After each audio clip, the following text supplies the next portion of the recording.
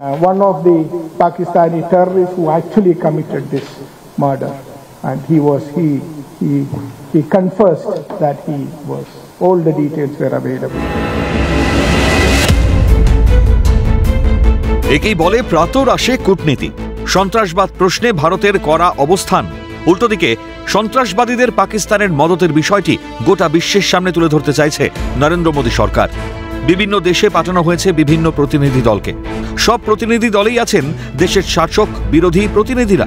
জাপানে যাওয়া প্রতিনিধি দলটিতে আছেন তৃণমূল সাংসদ অভিষেক বন্দ্যোপাধ্যায়। শুক্রবার সকালের জলখাবারের আয়োজন হয়েছিল জাপানের ভারতীয় দূতাবাসে। সেই প্রাতরাশের টেবিল থেকেই পাকিস্তানের মুখোশ খুলে দিলেন ভারতীয় সাংসদ কূটনীতিকরা। জানানো হয় পেহেলগাঁওয়ে পাক মদতপুষ্ট জঙ্গিদের নৃশংসতার কথা জানানো হয়। অপারেশন সিন্দুরে ভারত কিভাবে গুড়িয়ে দিয়েছে পাকিস্তানে থাকা জঙ্গি ঘাঁটিগুলোকে ছবি দেখিয়ে জানানো হয় অপারেশন সিন্দুর নিহত জঙ্গিদের শেষকৃত্যে একসঙ্গে সন্ত্রাসবাদী আর পাক সেনার আধিকারিকদের উপস্থিতির কথা। The funeral had this photograph, it explains.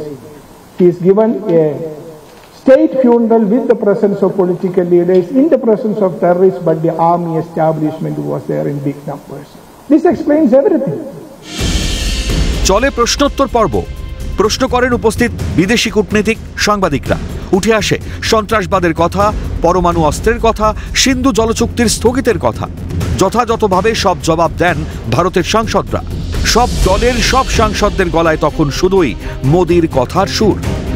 Blood and water cannot flow together. Terror and talks cannot flow together. Trade and talks cannot go together. So I think we have very clearly therefore said, don't blackmail us on nuclear weapons, but the responsibility is of Pakistan as much as it is of anybody else. We have been very clear, we are a responsible power. জাপানে যাওয়া প্রতিনিধি দলের নেতৃত্বে রয়েছেন JDU সাংসদ সঞ্জয় ঝা। সঞ্জয় অভিষেক ছাড়াও এই দলে রয়েছেন বিজেপির অপরাজিত সারঙ্গী, ব্রিজলাল, প্রধান বড়ুয়া, হেমাং যোশী, কংগ্রেস নেতা তথা প্রাক্তন বিদেশমন্ত্রী সলমান খুরশিদ, সিপিএমের জন ব্রিটাস এবং প্রাক্তন রাষ্ট্রদূত মোহন কুমার। বৃহস্পতিবার টোকিও পৌঁছে মহাত্মা গান্ধীর মূর্তিতে ফুল দিয়ে শ্রদ্ধা জ্ঞাপন করেছিলেন অভিষেক বন্দ্যোপাধ্যায়রা। শুক্রবার অভিষেক বন্দ্যোপাধ্যায় শ্রদ্ধা জানান রাধা বিনোদ পালকে। 1952 থেকে 1966 সাল পর্যন্ত রাষ্ট্রসংঘের আন্তর্জাতিক ল কমিশনের ভারতীয় জুরি ছিলেন রাধা বিনোদ পাল। অভিষেক শ্রদ্ধার্ঘ নিবেদন করেন ভারতের অন্যতম বিশিষ্ট স্বাধীনতা সংগ্রামী নেতাজির অন্যতম সহযোগী বিপ্লবী রাসবিহারী বসুর উদ্দেশ্যে।